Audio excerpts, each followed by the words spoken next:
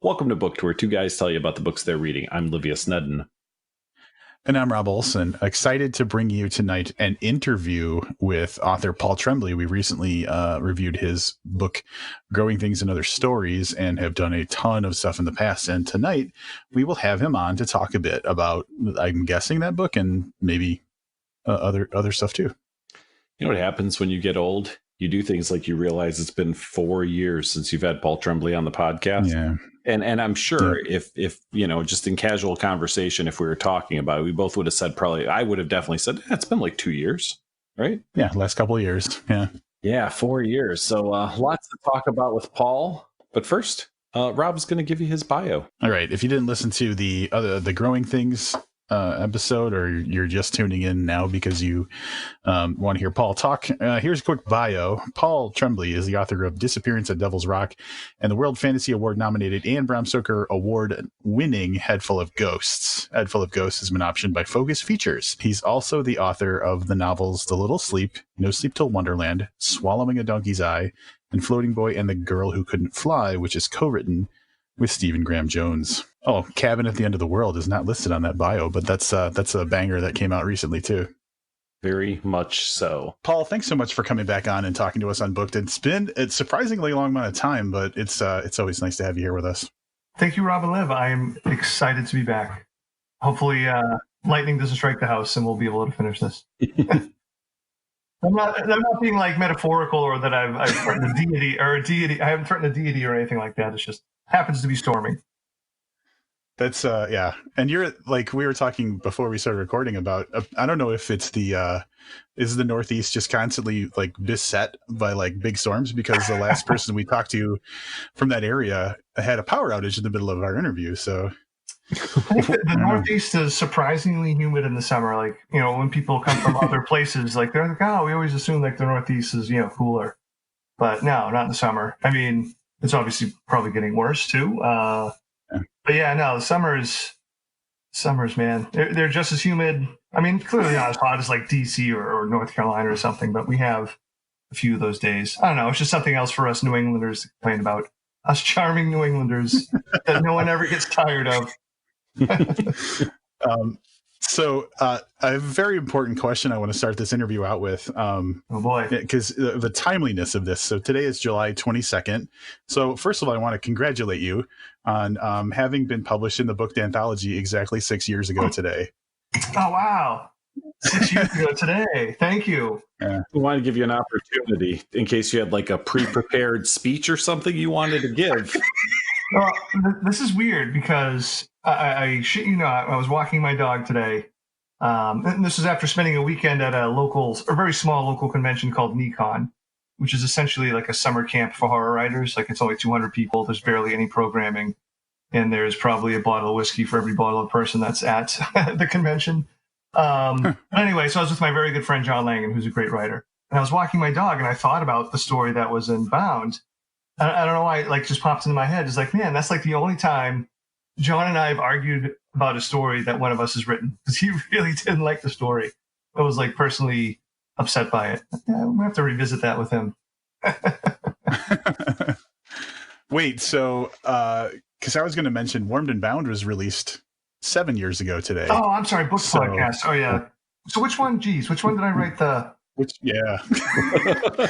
So you gave us scenes from the City of Garbage and the City of Clay. Right, yeah. Yes. I'm sorry. I mixed up the titles, but that's, the Booked podcast book was the story. That's a story that John and I argued over.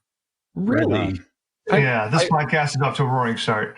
Well, no, it's okay, because I want to get John Langan on and ask him what the argument was. Well, I think it was also an early draft. I think he was, I don't know, for some reason he was a little bothered by my using like real life people. Fictionalizing it, like a particular person, or maybe it wasn't so much the use of them, it was describing motivations to maybe like some of the movies or the roles that they were doing. That I don't know, like that's kind of like his thing. Sometimes like he gets upset when people ascribe motivations to writers, or maybe that's me. I don't know. It was a while ago, and we haven't fun since. We sent each other flowers, and we were all good. You guys made up after that. We're glad to hear it. Yeah, I totally just sold another copy of that book for you, haven't I? Well, that would be the first in a while, I think. Yes. So Yeah. it's awesome that you were thinking about it just today, Yeah, it's weird. unaware that Yeah. it was the 6th anniversary. Yeah. Unaware. I'm just shocked that you walk your own dog, but I guess we'll get to that a little bit later. So we have questions about your dog walking. Something came up before we started, so I'm not going to try to like figure out a way to shoehorn this question in, but Sure. we were talking about Amazon bios and whose responsibility it is. So can we talk a little bit about what the assumptions are that we at Booked and other people who aren't, published writers have about like what changes for you when you sign with a big publisher? Like what's taken off your shoulders versus the guy who's self-publishing or who's publishing with a small press, I guess? Because I was surprised. I mean, I'll spoil the first question for you, I guess, is that you're responsible for your own Amazon bio, and I was a little surprised by that. Yeah, I mean, I think especially how publishing is sort of, I don't know, mutated or is continuing to evolve or devolve, depending on your point of view. I think a lot more of the publicity is expected of the author, and frankly, is necessary. Especially since so many of the publishers and their imprints have really, consolidated. I know that the poor publicity, folk have, so many authors and so many books to deal with. It's just got to be overwhelming. So, I know every author I've talked to that works with a big publisher, they all have their frustrations with publicity. Everyone thinks that, not enough is being done for them. But it's also, as a writer, I try to remind myself it's very difficult to know exactly everything that's going on behind the scenes. So no, I definitely have to take care of my own Amazon page. I pretty much write the copy for, like the summary copy for the books, or at least I have to make a go at it. And then the publisher or my editor will usually fix it up and we'll pass it back and forth. So yeah, I mean, pretty much anything you see in the book has to pretty much come from the author. I mean, maybe it's different for like Don Winslow and, the top bestsellers. I mean, it says national bestseller on my, Growing Things cover, which is very cool. But I mean, so a national bestseller is someone like me who had Cabinet at the End of the World 1 week on the LA Times, bestsellers list, and 1 week on the USA Today bestsellers list. I believe me, I'm not complaining. I mean, the book, sold more than any other book that I've ever had, like in its first year. A Head Full of Ghosts has been like this really cool, consistent seller. So, I mean, that's certainly sold more copies total, but I mean, Cabin sold a lot, for me, the most right away. So I guess some of what I'm talking around with is, it's funny, like this weekend I mentioned I was at a, horror convention. It's really nice to have people say, congratulate me on everything that's going, everything seems to be going well, which it is. And it's very nice. Mm-hmm. There's a weird part of me. Maybe it's just like, I don't know, the puritanical New England upbringing where it's just like guilt around every corner. I sometimes almost feel like, geez, I worry that people think I'm selling and making more than I do. And I also worry that, like, if I were to tell them the exact numbers, I would be like crushing dreams. I mean, I'm certainly not going to cry poor mouth. I mean, the books have sort of changed my life and has certainly have changed what I can do, particularly in how I can serve my two children. But there's also a reason why I haven't quit my high school teaching job. I still need it, especially with, college tuition payments, 8 years of college tuition payments looming. Maybe that changes and I could write full time if like a movie were to happen or something like that. But I don't know. I mean, if you want like the middle class house lifestyle, own a house lifestyle, it's very hard to make a living as a writer. If you want to maintain that lifestyle. I mean, if I was just living by myself in an apartment, hell yeah, I'd be fine. Again, not complaining. I just feel like I'm just sharing, like, trying to just share some info. I guess that answers sort of part of the original question. Yeah. Yeah. I will say though, what the publicists can do, what the publicists have done for me that I know I wouldn't, I wasn't able to do when I was just like publishing with a smaller publisher, right? Like, so with the last couple of books, I've gotten a GQ review and a GQ, interview, in those big mainstream venues, I know the publicist, pitches the hell out of those places. And she isn't always, and they're not always successful. I mean, if they get one or two, that's a success these days, especially with new papers. We're going to have several follow-ups to that. Yeah, sure.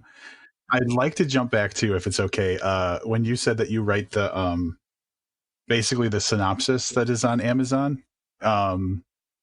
Livius and I have been having these interesting conversations about those recently because we often find, so first of all, because we review the books and we know we're going to read them no matter what, we don't read the synopsis before we go in and read the book. So we're reading them after the fact when we're reading them on the podcast to start talking about the book. And we're like, well, this doesn't sound anything like what we're reading. And so we've been kind of breaking down recently. I know this is a huge, me talking a lot. We've been breaking down recently, like, you have to write it in a way where it's not for the person that read the book. It's for the person who you want to read the book. Right. And so is there since you've written at least, I'm guessing, a couple of these, what is the mindset you get into to like summarize your book like that? Do you want to tease or like even kind of maybe spoil things because they don't know it's being spoiled? Or is it not really, do you not put that much thought into it? No, well, first I have to get into like a self-loathing and hatred mind space because I hate it. It's like the worst.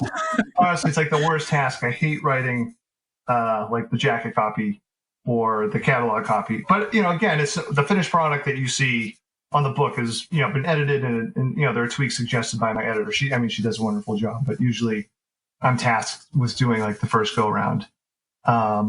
So yeah, for me, the biggest thing I try to do is avoid the spoilers that I think are important, because you do have to give like a little bit of, find what you think might be a hook. Yeah. And actually with Cabin, it was both hard and easy with Cabin at the End of the World, because I essentially just summarized the first chapter because I felt like anything that happened after that was too much of a giveaway, at least, personally for me. I didn't want readers necessarily going in knowing anything else about the invaders besides the fact that there were invaders at the beginning.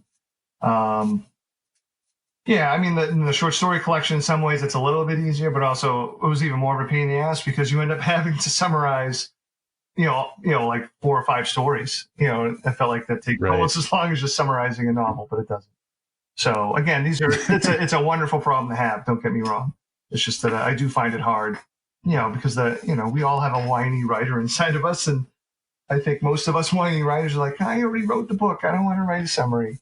At least that's my whiny writer in my head. Wow, he sounds like an asshole.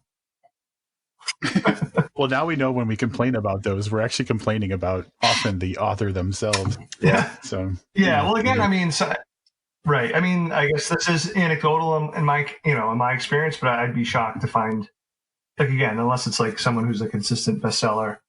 I don't think Neil Gaiman is writing his own copy. In fact, I can tell you that he's not.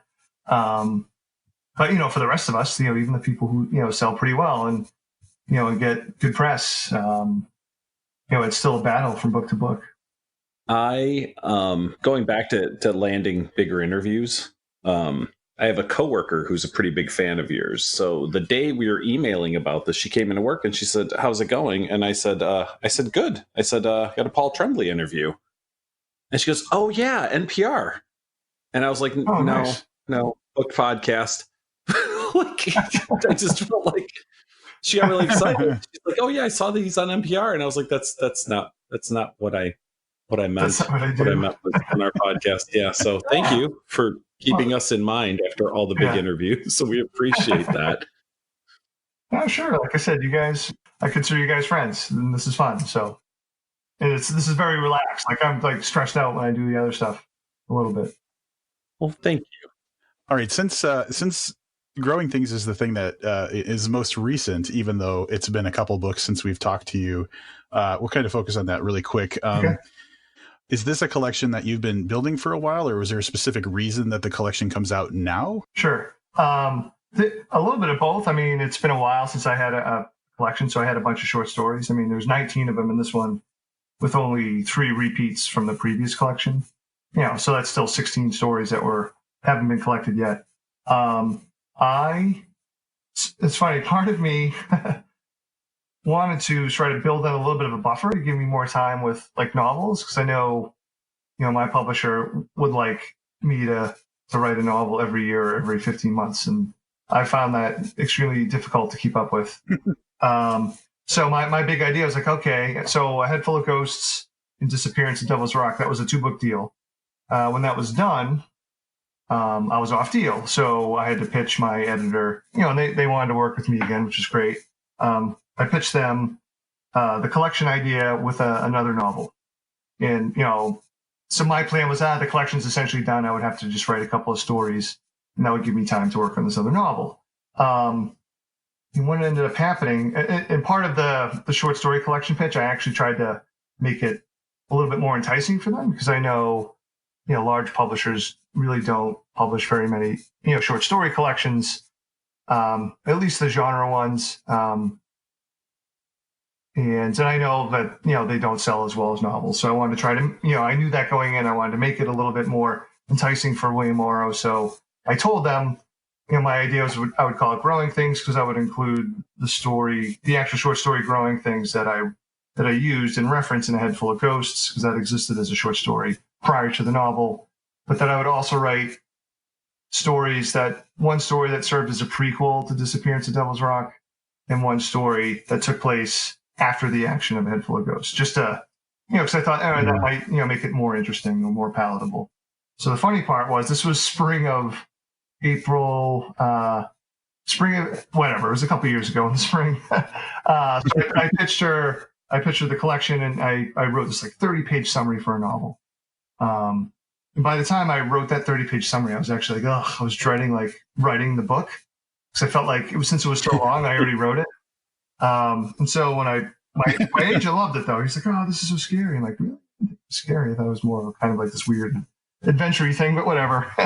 So when he pitched it to my editor, who's great, she's like a no bullshit kind of person, doesn't pull punches, but but very easy to talk to because of that, because I know she's always telling the truth. She's like, "Yeah, I want the collection, but not this novel." And my agent was crushed, but I was actually a little bit relieved, because I knew that, I was like, okay, I had done this with her previously with the book after Head Full of Ghosts, because I didn't have a book after Head Full of Ghosts, and I spent a summer, going through 4 or 5 different ideas before she and I landed on Disappearance at Devil's Rock, essentially. So anyway, agent was crushed when she rejected the novel. I was kind of happy, although I didn't have a novel idea, but I luckily came up with the Cabin at the End of the World idea on the plane ride home from LA after having that novel rejected. So yeah, it's a long answer to the short question, where that, I definitely had plans or reasons for the collection, is why it existed. In addition to, I just wanted to have like hopefully a good book of short story collections. I wanted that mainly to serve as a buffer between novels. Didn't quite work out the way I intended, but here we are. But it happened. Well, so I had to write Cabin first. They wanted to publish the novel first, which was fine. So I did. And I did have a year in between, and I don't know what happened. I mean, I didn't take the year off. I mean, I probably wrote about 50,000 words of short stories, 2 of which ended up in Growing Things. But I was kind of hoping that I would finish those stories a little bit earlier to start on the novel that I'm working on now, which is due on August 15th. And I'm kind of sweating it a little bit. I'm getting close. I'm getting close to the end. So we'll see. I've never been late before, knock on wood. So hopefully, and usually I'm like super early. So that's kind of why I'm freaking out a little bit, but it'll be fine. We'll try to talk fast to give you back a few more minutes tonight, because you're getting down to the wire. Nah, it's all right. I'm done for the day. You headed a little bit in this direction. So there are 2 stories in Growing Things that are closely related to A Head Full of Ghosts. You've got the other one that's closely related to Disappearance at Devil's Rock. How, for you personally, and I might just be overthinking this, okay? Mm-hmm. So how big a part of the bigger stories are they for you? So I guess what I'm trying to say is, Rob and I, actually I've talked about canon a lot on the show, and Rob just kind of rolls his eyes when I do, I think. I can't see him, but it sounds like he's doing it. As a writer, so you have, we'll go specifically with Head Full of Ghosts, Yeah. right? So there's the Growing Things story, which we know was written years before, and then kind of makes an appearance inside of A Head Full of Ghosts. But then you have Right. the closing story in Growing Things, which is a sequel. As a writer, is that like I wrote a fun little story, or is that like this is now part of Head Full of Ghosts in your mind? That's a great question. No one has asked that. I think it's definitely not quite as big as the novel, like, which still, when I think about those characters, that's the novel is like the self-contained thing. I don't want to call the short stories like a wink or a nod, because they're more than that. And I was definitely nervous when I went to write the 13th Temple, which is the closing story, and it, catches up with adult Mary after, the book on her life has come out. I'd like to think of them because I've actually written one more story that didn't appear in the collection that was in issue 3 of Fangoria, which was a lot of fun. That one, so the story that appeared in issue 3 of Fangoria, the story is called Postal Zone, but they let me write it as a fictional. Have you guys ever read? Let me back up a little bit. Have you guys ever read Fangoria, the magazine? Not in many, many years. As a kid. Yeah. So I know with the fans of the magazine, their letters to the editor was called Postal Zone, and that's sort of like it's a famous thing because they had it in every issue, and sometimes the letters really got cantankerous and people would argue and stuff like that. So what I did was, in the novel, I mentioned that Karen Brissett, the blogger, I don't want to say too much more without spoiling the book for, anyone out there, listeners who haven't read it. The blogger mentions, she has a job at Fangoria. So what I did was I wrote the story as Karen Brissett working for Fangoria, answering letters to the Postal Zone. And then there's Nice. So a lot of the letters are just like goofy, and actually a lot of the letters are discussing what happened in the reality show, The Possession.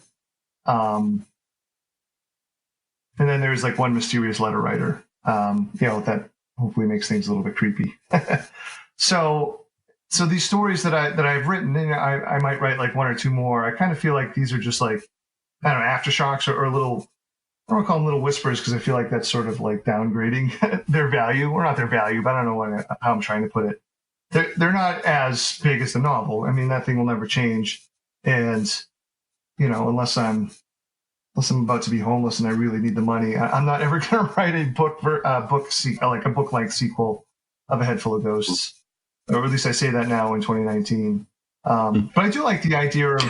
On the record. Yeah. I do like the idea of occasionally, the fact that the sisters would tell each other stories. I thought that would be kind of cool to be like, oh, there's another Mary Marjorie story to be told, or to have sort of like leak out there. Because clearly the stories that are mentioned in the book aren't the only ones that the sisters ever told to each other. So, yeah, it was just sort of like a fun way to visit that book because, I don't know, I mean, it definitely is probably the favorite thing that I've written. It certainly changed my career. At the same time, it was really intimidating to write as Mary again for the 13th Temple, especially. But I'm pretty happy with how it came out. As were we. That was so this kind of goes into something else we're going to talk about a little bit, but yeah, it's always nice to revisit characters that you really liked in one way or another. So it's something that I don't want to say I encourage, but more authors should consider sometimes not being done with a story, right, and using maybe a short story medium or whatever to kind of revisit characters. It's a nice touch for fans. Sure. I mean, and some of it is definitely like, I don't know, I think one of the things that I enjoyed about A Head Full of Ghosts writing it was me getting to engage with horror, the genre, both in fiction and in film, engaging in what I liked with it and what I didn't like or what I don't like. Just be like, actually be direct with the conversation about it. So, I mentioned, if we talk about the notes from the Dogwalkers a little bit later, I think one of the, hopefully one of the funny things that I mentioned in there is like, it's clear that a lot of horror writers like to have like an interconnected universe, even if they aren't direct sequels to stories. like there are so many writers who have, oh, it happened in the same town as this story, or here's a little bit character that was a bigger character from another story, and sort of like to be self-aware with the connections. And I think if people have read the book, I think they read that, and that sort of helps to add to the ambiguity of A Head Full of Ghosts. What's real, what's not. I think it helps to add to that sort of hopefully longer conversation about just horror in general. And I don't know. There's so many. I spend so much time talking about my interest in horror as being interested in the aftermath of some horrific event. Like most of my books, there's the big reveal, or there's like a central horrific event, and I usually try to have that happen at like the halfway point or the 2/3 point. And then to me, the really interesting stuff is the aftermath and the ripples and what the characters have to deal with afterwards. So yeah, I think I always find myself thinking a little bit about Mary because I don't know, those after shocks and ripples are going to be so big throughout, whatever she experiences. It's so interesting. Now you got me thinking about something, and I'm really glad that you said the aftermath thing, because like in the general context of talking about like crossing over stories or building on to an existing kind of a book, a short story building onto a book, I was just thinking, like in that flash of when you were saying that, how much it's nice to see a follow-up to a story, but something really pisses me off about doing prequel work. So yeah. I don't know what, like, and it could just be me as a reader, but like, I feel like I'd be much more excited to see what's going on after that book that I read, right, than to find out, to have that story built up more, to change the context of what I already read. It seems a little bit different. So, yeah, it's funny that you said that. Yeah, no, it's funny. I agree, even though I sort of, no, I agree. It's funny. Chuck Wendig sort of kicked up a shitstorm, as Chuck is wont to do. I love Chuck. Get out of here.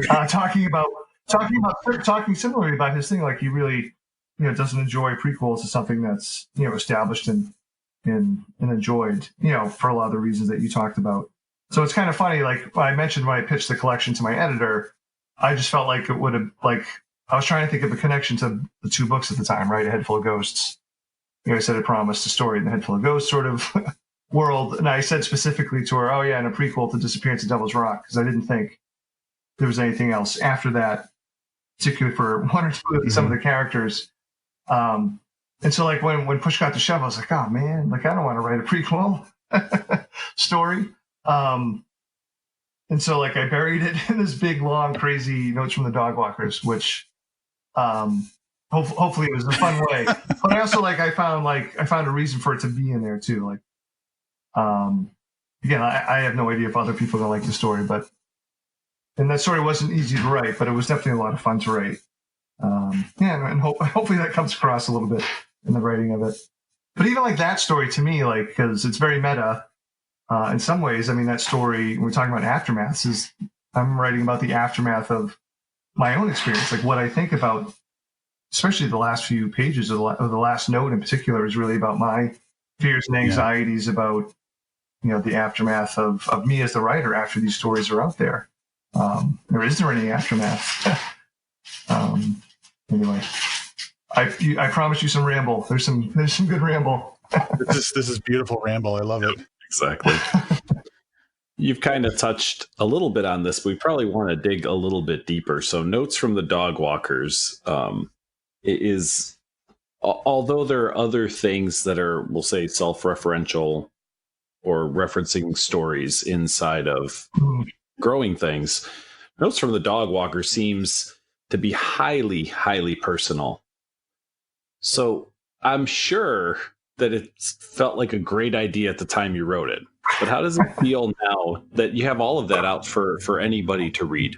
I guess there's some really inner, what's the word I'm looking like looking inward at yourself in there that's now exposed to everybody that picks up this book. Oh geez, now you get me worried. No, I think some part of that. Now everybody knows that you haven't finished Infinite yet. Well, I think you're right. This is right. Yeah, those books that were listed as partially read, those were admissions on my part. Yeah, I mean, I think part of the story itself is like the fear or anxiety of like how much I've already let just, random people into my life, and, almost as a metaphor for, social media. Like, hopefully for the reader, that's sort of part of what they pick up is like, I think the anxiety builds early because, wait a minute, you have these strangers that come into your house to walk a dog. But, as you mentioned, I think that, how much do they know about your life? That, hopefully that story could be, in one level, about, anyone that comes into your life, whether it be like, how much information you're putting out online, how much you're doing with Twitter, etc. So I don't know.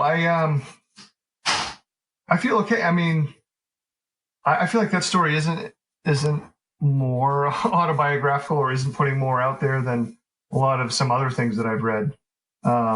It's funny. I spent 2 weekends ago. I was at ReaderCon, which is a convention just outside of Boston, and Stephen Graham Jones is one of the guests of honor. And I got to interview him. And it was a great honor. And we spent some time talking about how when I first met him in person way back in like 2008 or 9, I'd known him online for a little bit, but like for like 3 or 4 years in a row. Well, the first stack of books I gave him to sign, like one of them was Demon Theory, and he wrote in it, "This is my most autobiographical work." And then every time after, so we became friends, and every time he'd finish something, he's like, "Yeah, this book's pure autobiography." Every time. And at the time, I didn't get it. I didn't get it at all. Particularly, like, some of the wild stuff that he writes about, and how different everything is. But I feel like as I've gotten better and older as a writer, I definitely understand that feeling a little bit more. Even though, like, I try, because I use my family a lot and stuff, and I understand it's hard for them to not see themselves in things, or friends. I see these, people that have bits of people that I know, and most everything has bits of myself in it, but it's still in my head becomes something and people that are totally different. So I can understand like my family having a hard time with that. But I also think I now get what Stephen talks about when he says, this is pure autobiography. And he even admitted, like, if he ever feels like he gets stuck, he just goes into his life and takes something, which I think is really cool and something I plan on using. Even though I've already been doing that, I plan on using it even more. Sorry, family and friends. You're all going to be in there. He said something, I don't remember, I'm not going to quote him exactly, and I feel bad about that, but I think it was when we were talking about his book, The Least of My Scars. I think we interviewed him around that time. And he contextualized for me. And then once he said this about this book, I thought, well, I can see this in every book he writes, was that like he wanted to, like, basically there was something that he thought would scare him and he just decided to explore it. So like the idea of the book was something that was scary to him. Right. And so he wrote that scary thing. And so for him, it was almost like he was not working through a fear, but like just seeing, like exploring it to understand it better. And so sure, if you didn't hear him say that, you never would have guessed it from the book. But at the same time, now I kind of see all of his books a little bit like, well, it was, Stephen doesn't like zombie sharks too, or whatever, Yeah, well, I mean, I think part of it also just comes down to, I don't know, I don't want to speak for Stephen, but like I know him pretty well. I think in some ways our work can be a little bit similar in that I feel like we're both trying to figure out the truth as we know it. And that's not to say that I know the truth about everything. I mean, I spend most of my life writing about ambiguous events and, whether things are real or not. But to me, that's a kind of truth, the sort of the mutability of reality and memory and identity. And it's not to say I necessarily go into a book with, oh yeah, this is the truth that I'm going to write about. And I don't know, the hope is that when you finish the story, that story represents this thing that's a truth. And I think to me, the best stories, and I'm not saying that I always do this successfully, my hope is that my best stories, just like the best stories that I've ever read, but I can point to that story and say that story is a truth. Like, I can't describe the truth in any other way than what happens emotionally in that story. You have done a great job of leading us into our pre-formatted questions. So I really want to congratulate you on that, because a lot of times you have to figure out how to get back to this, but literally you're going and I go, yep, that's going right into what we want to talk about next. So let's talk about Mr. Ambiguous Horror. So this came up Well, the nice thing about this is, so for anybody who doesn't get it, first of all, read Notes from the Dogwalkers. It's one of the best short stories I've read in a really long time. Oh, so man, I want to seriously. Thank you. Second, if you didn't get it, there's a lot of self-referential stuff in there, which is what makes it a great story. And I don't think you need to be, a Paul Tremblay fanboy to enjoy it. I think that it's all there both ways, right? So I think there's stuff in there, like if someone follows you, that they're going to get. But I think it's great as a standalone story if for someone who's never heard of you. Well, thanks. Yeah, I mean that's the hope. Yeah, I'm sorry to interrupt. I was saying, yeah, that's the hope. I certainly, even though there's self-referential stuff, I tried to make it somewhat universal, or at least something that people would recognize from other authors they've read. The thing that's great in there is that you acknowledge that that you're Mr. Ambiguous Horror, which is good because for some of us, we're never sure if somebody knows that about. Yeah, right? Like you read a book and you're like, I don't know if this person knows how ambiguous this story is. So I guess my two questions around that are, first of all, is it intentional? Do you set out to do it that way? And then second of all, do you feel that it requires more work than somebody who's less ambiguous about their stories? So, because the first is, yeah, definitely intentional. Although, I mean, early on in my writing career, it wasn't necessarily.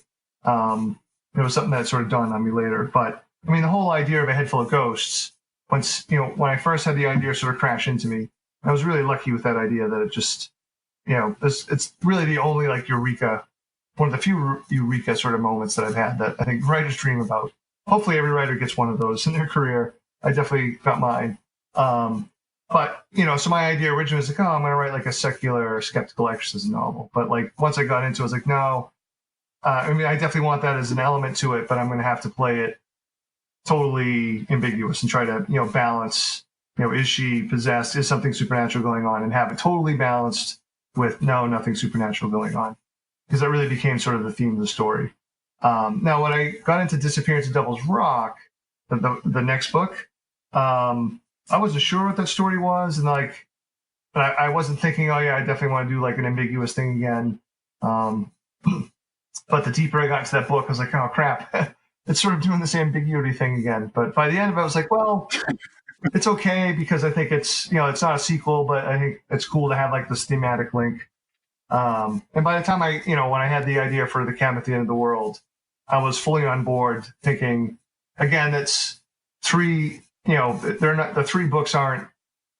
They're certainly not like a series of books, but I like how the three books are all about different families in crisis, whether from internal or external forces.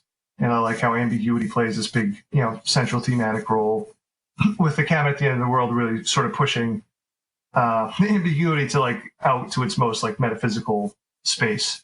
But I also know I can't do it forever. I mean, that's part of some of the anxiety that I explored in that story. I saw people will get sick of it, and I don't want to do it forever, like because it has to serve the story. It just can't be there to be ambiguous for the sake of ambiguity. So the novel I'm writing now has no supernatural ambiguous element to it. But I joke to anyone who will listen that I'm going to fake an ambiguous ending just to piss off the people that don't like it. Yeah, but no, this book has no. Yeah, the end. I mean, the end. You will know what had happened. I will say for this book. So, I mean, that's actually a little bit, which is a little bit of, no, I wouldn't say it's making me uncomfortable, but it does feel a little bit new. Because even in my little, my detective novels, A Little Sleep, there's definitely some, ambiguity and sureness there. And, and the second question was, how hard is it? I don't know if it's any harder than not. And actually, I will cop to, I feel like sometimes, and actually Stephen Graham Jones accused me of this correctly in a short story or two. Like sometimes, like I worry, is that can ambiguity be a cop out? Like you don't want to commit to an ending. So I don't think it's necessarily harder to do ambiguity. Because I feel like sometimes you can use it as a crutch, particularly in short fiction. I feel like the danger for me is there in the short fiction. I kind of feel like in the larger novels, I have more of a handle of why it has to be there. Otherwise, I wouldn't do it. I wouldn't put a reader through 300 pages of that. That's not to say that the reader is going to like what I did, but at least know that I was thinking about you a little bit, maybe. All right, so here's my follow-up to that, and this is all because I talk to Livius about this constantly. He beats me over the head with the way he feels about ambiguous stuff. So, like, in the book Bird Box would be a great example of, like, you have no goddamn clue what's going on. Livius likes to think that regardless of whether you tell us or not, that you as the author are aware of what the reality is. So, is that something that, like, as someone who writes so ambiguously, do you have a definitive answer in your head? And obviously you don't have to tell us that, but, like, is that something, or do you also experience that ambiguity? It's been different, with the 3 novels, it's been different with each book. So with The Head Full of Ghosts, I honestly totally divorced myself from whether or not I thought something supernatural was happening or not, because I felt like that was the only way I could pull off this balancing the scale, right? So I honestly, when people, I get asked the question all the time, so was she possessed or not? You know, I don't. I tell them, I'm sorry, it's up to you. I don't have an answer for you, and there's no one right answer. And in fact, part of the fun for me is that there's a lot of people who have an interpretation of the ending that I did not anticipate.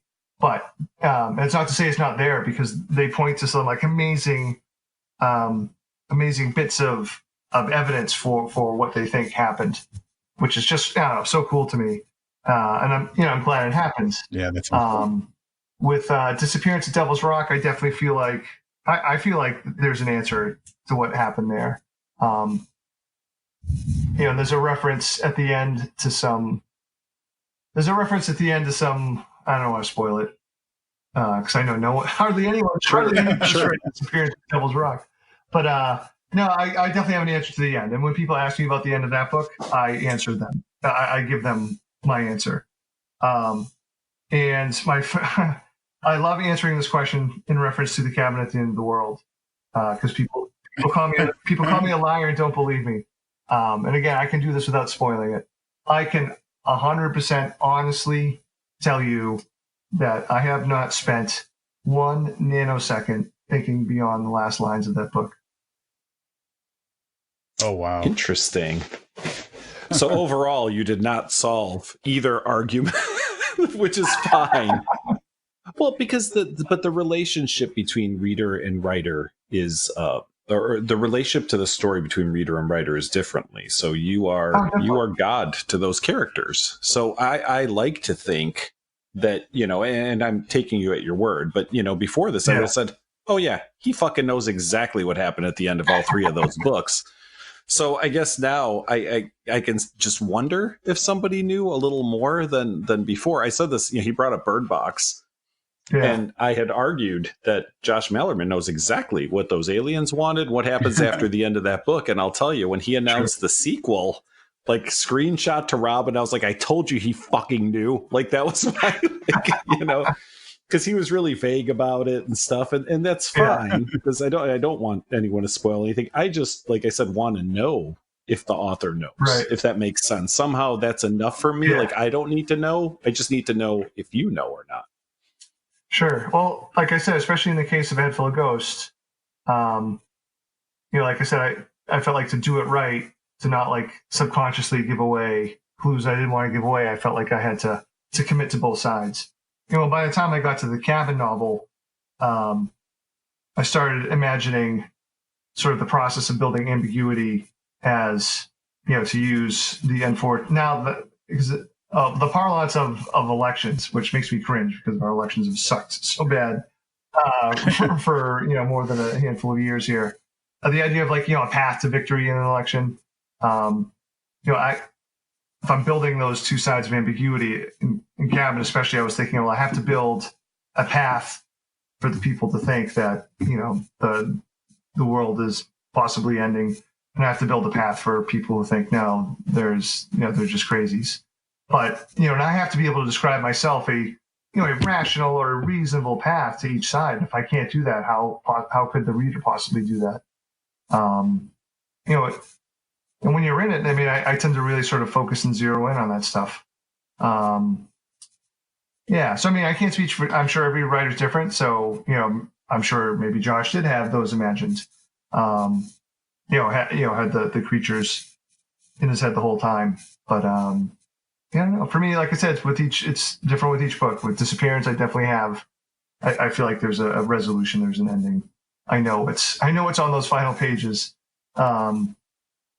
But for the other two, yeah. So actually, I don't know if you guys are aware, but Cabin at the End of the World came out as a paperback the same day as Growing Things did, and with the paperback, I included a 2,000 word like liner notes section on the writing of Cabin and some of the Easter eggs, and I definitely write like a rebuttal about the ending. Yeah, and a little bit more like an explanation of what I was thinking when I wrote it. So I posted it on my website /blog, because I don't want like people who bought the hardcover to be like, oh man, how come the good stuff's in the hardcover? Yeah, that was very cool, by the way, of you to do. Well, thanks.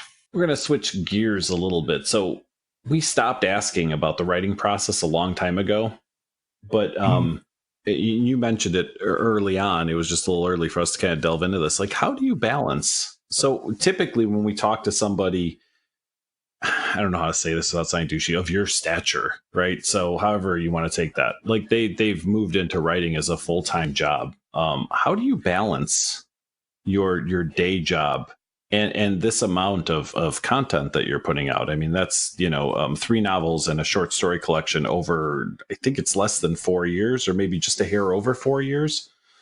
So that's a ton of output for someone who's working a pretty legitimate day gig. How do you balance writing and teaching? Yeah, well, as far as my stature goes, I am 6'4".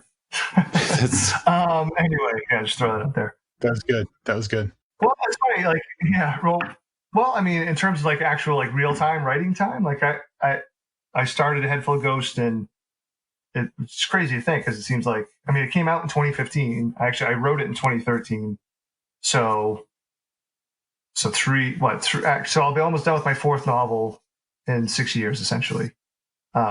Which is still, that is a lot. Like, and the short story collection, yeah, I guess probably 2/3 of the stories I probably wrote over. Actually, that's probably too generous. Maybe a half of those stories wrote over those same 6 years.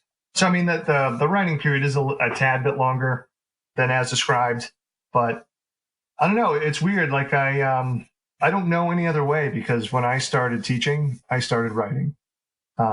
They've always been linked. And it kind of goes with ebbs and flows with sort of the teaching schedule /season. Like the fall, I'm super busy. So I do some writing then, but that's when I'm my least productive. The fall, the winter, I maybe rev it up a little bit. That's still like a busy time for me, but the spring and summer are when I definitely, write more. But, I don't know. It's weird. I'm actually, when I think about writing full time, like that would certainly in a weird way be a challenge, because I'm so used to having to squeeze in like an hour and a half, 2 if I'm lucky, sometimes just an hour. I'm almost like, if I try to write longer than that in one sitting, it just stops being productive. So actually this summer, while I've been trying to catch up on the novel, I've been trying to break it up where I might write like an hour and a half in the morning, have lunch, maybe work out a little bit, then try again in the afternoon or try again at night, just to try to build up more time. So yeah, I mean, it's hard. It's just, I try to take advantage of the time when I get it. I feel like I used to be better. And actually the bigger time suck now, unfortunately, is social media. Because I feel like I have to be on there. I know it has helped sort of build the fan base, just being on there and being approachable and not being an asshole. I'm not saying that I'm a secret asshole, but don't let it sound that way, Liv and Rob. It's going at the beginning of the episode. I am a secret asshole. There you go. You can put it right in the front. No, I mean, I worry about it sort of affecting my writing, all the screen time. I've actually found that harder to deal with, like cutting that out not the day job. I'm not going to tell you how many years, because that ages myself. But I've had years and years of experience of working around the day job. It's only really been the last 3 to 4 years where social media has really sort of taken off, and at least my presence on social media has really gotten larger as well. And I definitely don't have an answer as how to best handle it.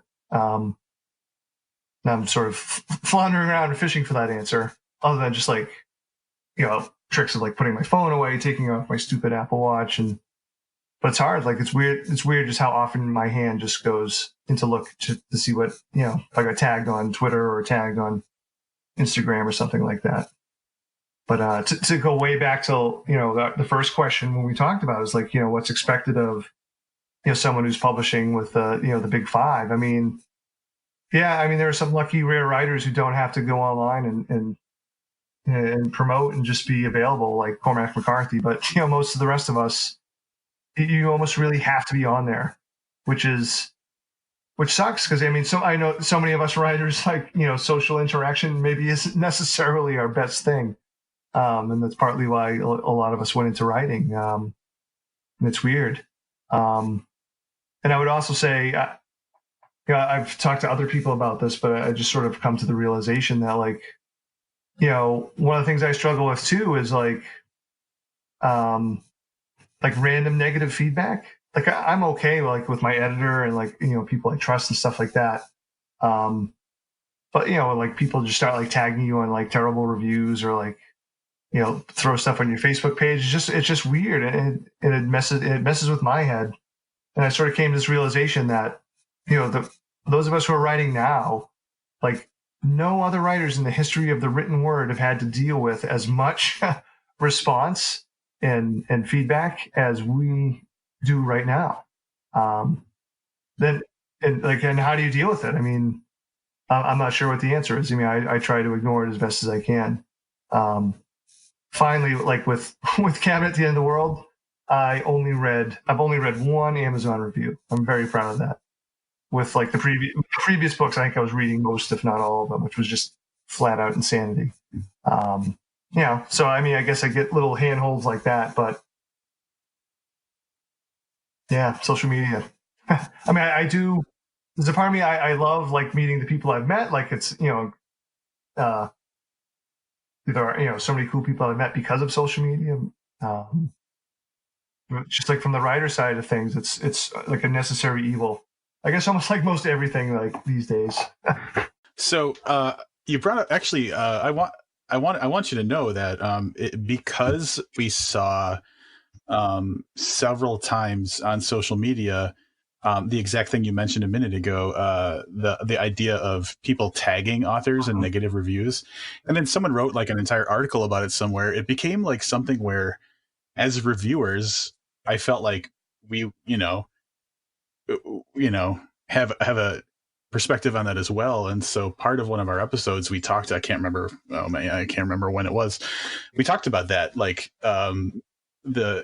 because there's not a set rule of etiquette for tagging Right. someone in something, but we came to the conclusion that we as a podcast have never, the only time we've gone, well, first of all, we're lazy, and that helps. So we automate all of our posts, so we don't Right. give special treatment to one person over another unless we're significantly positive. So if we're just in love with a book, we'll be hey, loved this book, and tag the person so that it gets more attention to that person. But yeah, it wasn't something that I really even thought about until several different authors had brought it up, and then there was an article. But I could see where that would just be man, I don't want to have to deal with that kind of thing. Right. I think the frustration is I'm doing my job by not purposely going out of my way to read random reviews online, on Amazon Goodreads. So it definitely smacks of being unfair to stick it in someone's face. And coming from the writer side of things, I find it a really simple breakdown to be hey, the compact for the writer is you cannot respond to reviews. You can't go out and go read it a bad review somewhere and then write about the review. I think you could add a rider to that if something is so egregiously incorrect as far as factual statements. I would leave like an opening for that, which I've never done. It hasn't happened. But, unless like a reviewer is like being just plain old factually borderline libelous, incorrect about what's happening in the book, then sure, make it. So that's the pact, right? The readers can't respond to reviews. So you can't stick your negative review in my face. Because if you do, you're breaking the pact. And if you break the pact, I'm going to respond, potentially. And I have at times. And I feel no qualms of guilt about it. Like, if you're going to break the pact, you broke it first. They drew first blood, not me. And all bets are off after that. Yeah. And, I say that. And I've also, and it's funny, like, a few times, like, that I have responded, like, why'd you tag me in this? Is what I just respond. And most of the times people are like, oh, I don't know, I'm sorry, I like your work, but, I don't know. I just don't get it's, part of it is just the narcissism that is sort of inherent in social media. And it's not to say I don't experience it as well. Like, I think just being on it makes you more narcissistic and thinking about me. How am I going to use this to, to get my message, to promote my message? So the idea that my review out of all these reviews is so important, my negative review is so important that the author must see this. I just really don't understand sort of or that thought process. Beyond, someone just being a dick, obviously that's easy to understand. But I've seen someone explain, like, oh, they really should know, like, what I think about this. Why? Why are you so important that you think the writer needs to see what you wrote about it? I don't get it. Well, it's weird because I think people like that almost treat it like an Amazon review on a product, right? So let's say I order an electric toothbrush and it's a piece of garbage. Right. So I go on and I write an Amazon review, and what I'm trying to do is ward other people off from spending $60 or whatever on this toothbrush. Like, a negative book review, I don't know if it should like ward people off because it's subjective. So we've reviewed books favorably, and we have the luxury of picking what we review. So this is blow up your ego. We go, oh, Paul's got a new book out, we're gonna read that. Like, we liked his work.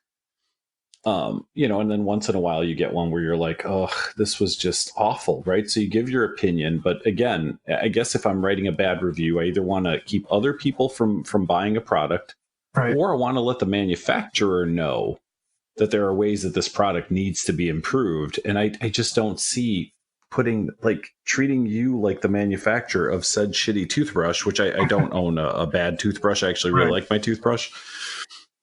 But you know what I mean? I don't see what purpose it serves. That's like, I get it if you're reviewing a product, but a book, in as much as is a product, is also art. So I'm not going to throw any books out there, but there's some really books I've read that are really terrible, and you go and there's still more 5-star reviews than there are 1-star reviews, or 3-star reviews for that matter. So somebody finds it of value. Yeah. So it's kind of a weird, I don't know. Yeah. And to be clear, that I know you weren't saying this, but there's nothing wrong with write your opinion, write negative reviews. Just don't tag the writer or the artist or the creator in it. And it's funny, as an experiment, especially on Facebook, sometimes where I have responded when someone tags me in something. I essentially just start with, like, hey, why are you tagging me in this? And sometimes the response makes it feel like, oh, they just, like, as you described, they envisioned you as like this faceless product, or, oh, I figured you get this kind of stuff all the time. It wasn't a big deal. Just obviously no thought behind, there is actually a person on the other side of it. Again, not to stop putting negative reviews. Listen, I spent the last 2 weekends railing, not online, but railing at the conventions about how much I really did not like Midsummer. But I'm not going to go and write Ari Aster and tag him in Twitter, or write him a letter and be like, hey. Don't worry, we'll do it for you. Right. I'm just kidding. Yeah, I think John Langan's already doing that for me. Oh no. Some friend, John Langan. You're the first person I've heard say something negative about that movie. I haven't seen it, so I have no opinion. All I've seen is really favorable stuff from writers that I follow, so that's interesting. There's a few of us out there. I've seen a swell of murmuring about it. Yeah. Anyway, I don't want to necessarily bash the movie. Unless you want to find me in person, I'd be happy to. Well, I'm going to gracefully step to a different topic then. We mentioned, your stature earlier. Wait, how tall did you say you were? 6'4"? 6'4", yeah. Wow. Taller than Stephen Graham Jones. Yeah, I'm 6'2", Okay. and like 90% of my life, I'm taller than people. And then I get around you folk, and it's, I don't know, it's different. Yeah. But anyway, that's not my question. I want to talk about coming up a little bit. So, like Livius mentioned, a man of your stature, and so you're kind of depicted as being kind of like the next big whatever. And regardless of whether you believe that or not, that's kind of some of the talk about you. Right. So I guess a two-part question, and you can go with whatever's more interesting. You can go with all of it. What are your thoughts on that? And then also, like, do you feel like you have some clout that you can use to help your peers? Like, and the example I could think of, I can't remember what the interview was, but you said something really nice about Ross Lockhart and Word Horde, Right. and he was just over the moon. He was over the moon about it. He thought it was great that you mentioned him. So, like, do you feel like there's a clout thing going on, and like, is that something that you feel, hey, now I can try and help out some of my friends that I really value? Yeah, it's weird. I don't know how much of a clout thing I have. I mean, if I do, that's awesome. Again, to sort of go back to some of the anxieties of thinking like, I don't want to ever think like I've made it. Right. Except I think that would be bad. And also, like, I haven't. So, like I said, I still have a full-time job. When I do get the opportunities to go, well, and the full-time job is humbling when, I have, freshman geometry students who couldn't care less about what about the writing part. I mean, they were interested in in the possible Hollywood adaptations, but beyond that, I'm still like their uncool math teacher who gets angry. It's funny, like, I don't know, like, especially writing in genre. Some of the I don't want to say this. I definitely one of the things that I really try to work toward just about horror in general is I've always wanted to promote it. It's part of the reason why myself and 4 friends started the Shirley Jackson Awards to promote that horror, like really good horror is being published and being published widely. So yeah, I mean, wanting to pay it forward in any way possible has always been a part of something that I want to do, no matter if it's now or like when my the second detective novel just totally tanked. I don't know. I mean, some of it is selfish. I like reading good books and I want more good books out there. And obviously now I know a lot of friends who are very talented writers. So yeah, I'm more than happy to give them a shout out or mention them in an interview because I know that they do the same for me. And it's not like a pat you on the back thing. With the case of, it's funny, like in some ways, I hope this doesn't sound like calculating because it's not, but like, I don't know, like some of my very best friends that I've mentioned, John Laird and like Stephen Graham Jones and other writers like Sarah Ling, and like part of the reason why I'm really good friends with them because I so respect them as writers. It's not to say I can't be good friends with writers whose work I don't connect to as much, but I also know that is a big reason why I love spending time with them and talking to them. I've been the benefit of many a kind writer saying nice things about my work. I'll never forget early 2000s when I published a story on an old web magazine called Gothic.net at the time, which paid like 5 cents a word, which is still is unfortunately a huge deal in short fiction land. And Poppy Z. Bright said something really nice. I was just over the moon. And a writer like Stuart Onan, essentially taking me on as a mentor. Like, he didn't have to do that. Like, why? So why did he do that? He did it because, I don't know, most writers I know want other people to exceed. I think they realize that the rising tide raises all boats. That's not to say I don't ever feel jealousy. I do. I almost lost 2 years of writing to it. I'm glad that I escaped that, and we can talk about that more if you want. That was after No Sleep to Wonderland. Yeah, so I know, as you can tell, I'm just sort of really like talking around a little bit because I'm not quite sure, the idea of making it or like the next thing. I feel like it's almost like a horror trap a little bit. I even mentioned that in Notes from the Dogwalker. we're so quick in horror to be like, oh, this is the next big thing. This is, this is a master of horror. Like, does anyone say, oh, this is a master of literary fiction? Like, you never see that phrase, right? But it comes up in it comes up in horror all the time.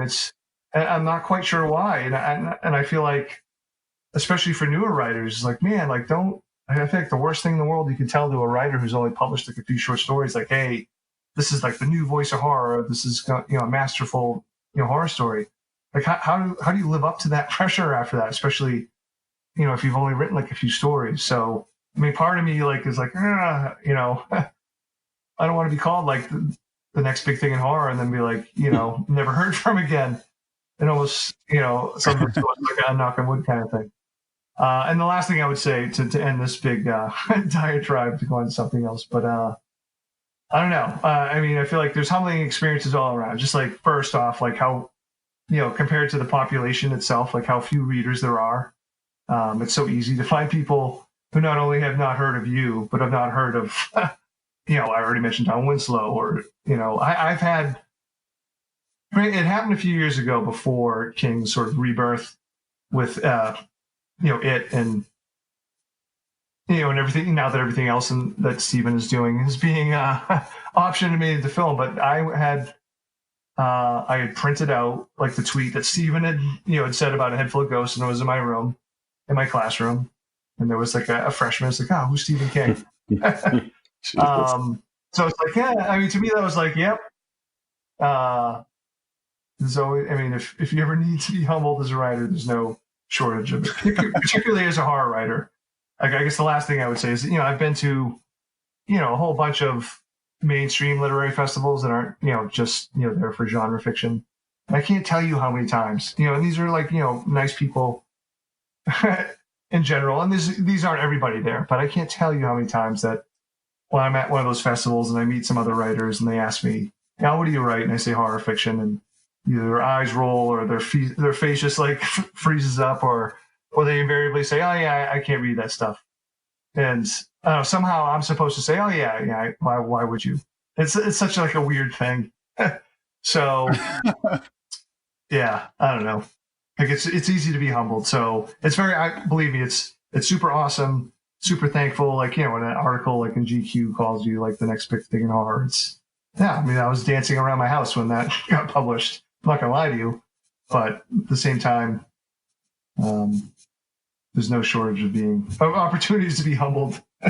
I think the reason that that came up as a thought in my mind, that's a question I wanted to ask, is because 7 or so years ago, when we first kind of started interacting with you, a lot has changed between then and now. Yeah. And so, when you, first of all, are friends with someone, but then also, like, in addition to being friends with them, really love reading their stuff, like to me, you're the most important guy in, whatever right now. So, like, watching people come up is a really fun thing to watch, and like, you just want them to just keep going up and up and up. So as a podcast, we're experiencing a lot of that right now because, we've been around over 8 years. Right. A lot of the people that we talk to have either stopped writing or have continued to grow to a point where, 7 years ago, they didn't think they were going to be there.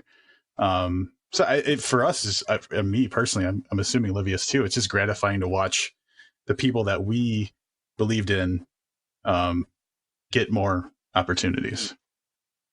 Yeah, no, absolutely. And thank you. But no, I agree. Like, I feel the same way about, a lot of the writers that I've mentioned as close friends. I've been friends with them for more than 10 years. And, all those people that I mentioned have, amazing, well-regarded careers too. So no, it's definitely fun.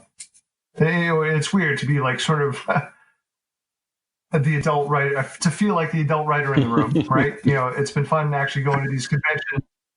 Now that, especially the horror conventions that I'm going to, like these, I'm noticing like, wow, like a lot of these people are a lot younger than I am. When I used to, like, when I was first going, I was like, I was watching Peter Straub walk around and Liz Hand and,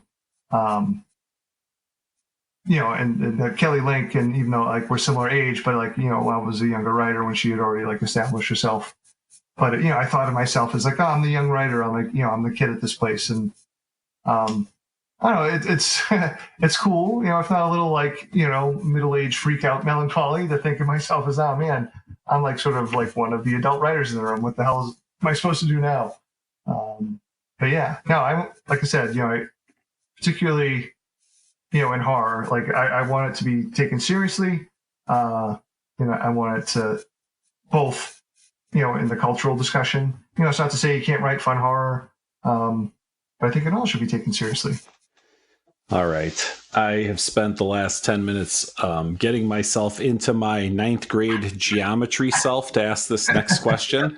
Okay. So what's going on with movie adaptations? Yeah. So let's see. A Head Full of Ghosts. So I can't really say a whole lot, but like I think both A Head Full of Ghosts and Cabin are getting close or have the potential to be getting close. I maybe point interested people in the direction of Allegiance. So there's 2 sets of producers for A Head Full of Ghosts. There's Allegiance Theater and Team Downey. And even I think publicly, maybe like if you're watching their Instagram, you can see like, oh yeah, something's brewing, because like Allegiance posted like a picture of A Head Full of Ghosts in a bookstore in LA saying, hey, love to see Paul's book here. Can't wait for you guys, to see the movie or something like that, or it's getting close. So there's starting to be a little bit of, I feel like momentum finally going forward with that book, because they do have Osgood Perkins, which I'm so excited that he's, going to be, or hopefully going to be, the director for this movie. I just think he's perfect for the book. So yeah, I feel like, without saying too much, that it's getting close. And Cabin at the End of the World was optioned by Film Nation, and they have a screenplay. And they've been going out to directors, so we'll see. We'll see if either of them get made or if one of them gets made. I'd like both to get made. It'd be nice. But those are the 2 that are, there's definitely movings and shakings happening behind the scenes with those 2. Saw that post, but I re-listened to our interview that we did with you from Head Full of Ghosts, and it struck me because you had said, we were talking about Robert Downey Jr.'s production company, and you had said they've got 18 months, and I literally looked down and I was like, well, that was 4 years ago. So right. I was kind of wondering, No, they have since renewed the option twice, so which is nice. I get paid each time. I'll say good for you. Yeah. Yeah, but they have had it for a while. My kid's going to college. Let's get this damn thing made.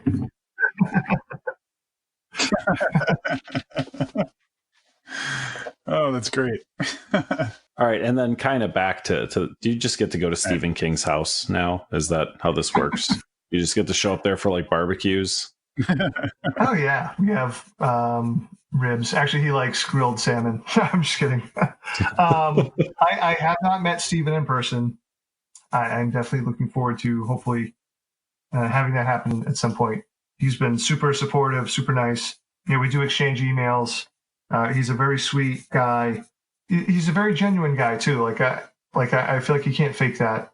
And I'm going to tell this story. I don't think I haven't told it publicly, but most of this is out now. But I don't know. You guys know Brian Keene, the horror writer. Oh yeah, totally. Yeah. So he had a horrible accident where he got burns all over his body, just over a year ago. And so people are starting a GoFundMe page and stuff like that. And I had emailed Stephen because I know Stephen knows.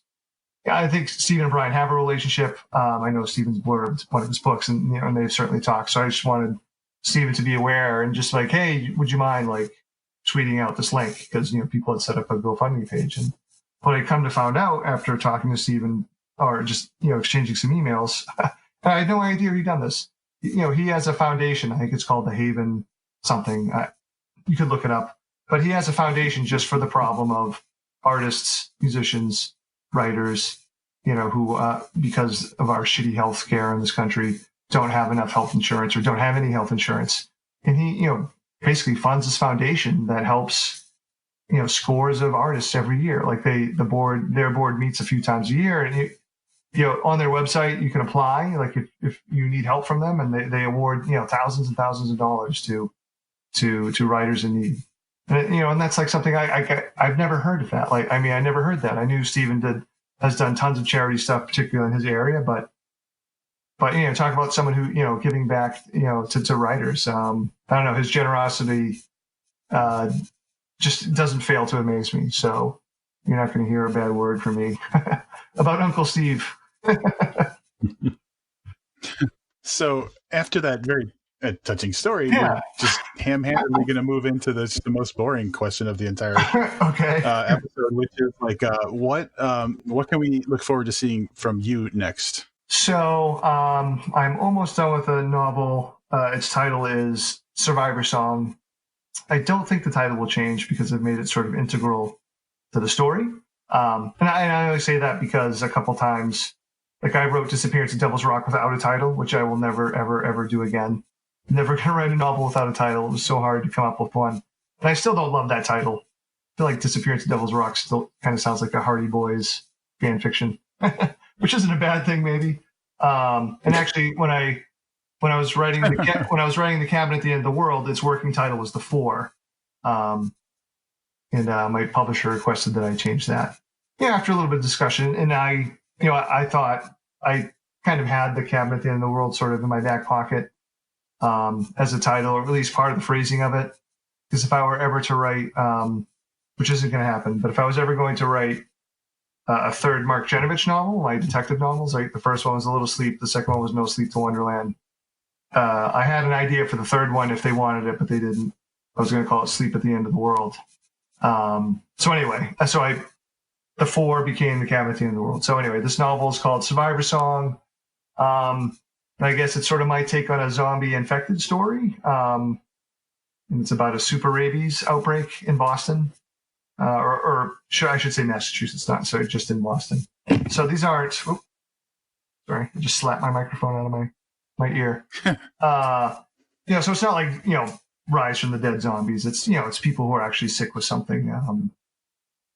So we'll see. So like I said, no ambiguous supernatural element. The story really focuses on two characters, and it's almost, with the exception of like a prologue and a epilogue and something at the end of the book, the main part of the book is almost like a real-time story, 4 to 6 hours of two characters. And, it's not an apocalyptic thing. It's not the end of the world. Like I tell you in the book that, after, things are awful for a few, for like a month, it looked like it could, just totally ruin, go apocalyptic, but it doesn't. Massachusetts goes on, but the story really focuses on the 4 hours with a 38-week pregnant woman and her best friend who's a pediatrician. So it's been a little bit of a hard write just because I had to do like medical research, and I hate research. So I use my sister. She's a nurse in Boston. She's been a great help. And then I even emailed my kid's pediatrician some really awful, sketchy questions. But he was really excited to answer them. So actually now I'm worried about him.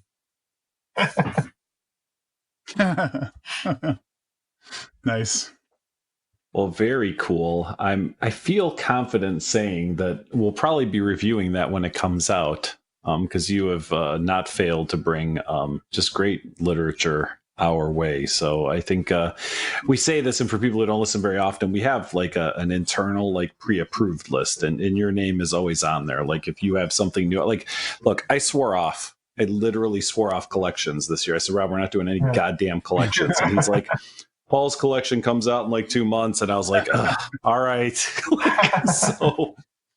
So that's kind of literally where we're at. Yeah. So thank you for the great books, and thank you for a great interview. And I know you're on deadline for Survivor Song, and yet you took what's coming up on 90 minutes to talk to us. So thank you so much for that.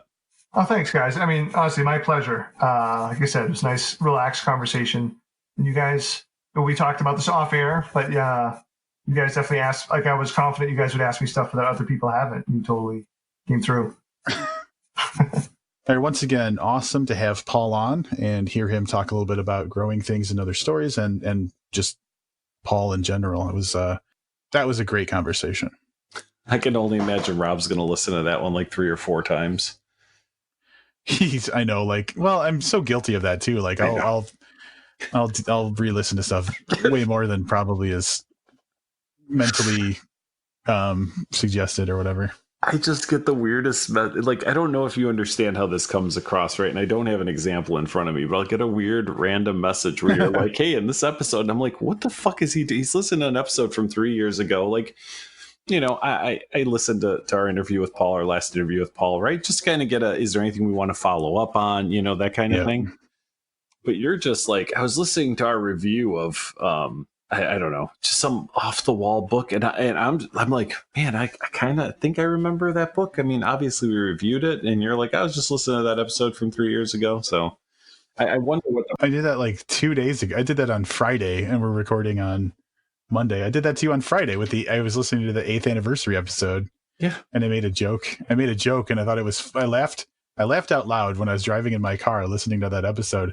And I felt like I had to tell you that I had laughed at myself in an episode. It's fine. I wonder what the process is on how you pick an episode. Let's explore this a little bit. How do you decide that you're going to listen to, you know, not like the last episode we put up, but, you know, something weird. Like our 8th anniversary episode was whatever, 4 months ago, almost 3.5 months ago. Yeah. Like, how do you come to that conclusion? So there's kind of like 2 to 3 reasons that I'll listen to something. Like, one is research, like you said. If we're going to talk to Paul, I'm going to want to bone up on all the Paul stuff that we've put on the podcast before. 2 is kind of archival reasons. So recently I've been building a spreadsheet to end all spreadsheets with lots of information about all of our episodes. And sometimes I get curious about, you know, what happened here and there. And so I'll dig into an episode just to like kind of data mine. Other times I'm just like, oh, this sounds like, either I haven't checked out this episode in a long time, or I remember this one being fun and I'll just play it when I don't have anything else to listen to. All right. That's fair. That makes sense. Not insane, right? No, not insane. But yeah, you get what I'm saying. Like, it just comes so off it's the weird. wall sometimes. You're like, what the fuck is he doing listening to that? It's true. I appreciate that Thomas Joyce is still listening through the back catalog, as I am reminded That's again. nice. Another way to get reminded of things we did years ago that I have no recollection of doing. Rob mentioned, we're not going to say it, but Rob mentioned an author, and he's like, we interviewed this guy with this book, and I literally, and I hate to say it sounds so douchey, I was like, I have no recollection of doing that. Like, you could totally be fucking with me, and I wouldn't know. I'd have to actually go back and listen to the episode to find out if it's true or not. Yeah, well, 445 hours of audio will do that too, I guess. Good Lord. And that's the thing. I don't even get the benefit of like the people, what's that called? The short-term like memory loss from like marijuana. Like, I don't even get the benefit of like being high all the time. I just get the memory loss. I just have the memory loss. So I feel like, like a little gypped, I guess. So I don't know. Maybe you should start weed vaping. There you go. I can do that. I don't imagine that's going to make things any better for my memory. Would that be accurate? Yeah. I think just possibly worse. No, it's not going to help. But I am going to remember this interview because it was terrific. And we have done so few interviews in the last couple of years that we've decided to double up. So our next interview will also be our next episode will also be an interview, and that's going to be with Matthew McBride. So barring unforeseen circumstance, you're not even going to have to wait a full week. If you come back in just a handful of days, whatever that means, you should be able to hear our next episode, which should be an interview with Matthew McBride, where we'll discuss his latest book. Yeah, End of the Ocean. Excited about that. Matthew is one of those guys that's just a fun dude to talk to. So it'll be fun to hear what his real life adventures were that tie into this book. For sure. So that's going to wrap it up for this interview episode of Booked. Until next time, I'm Livia Snedden. And I'm Rob Olson. Keep reading.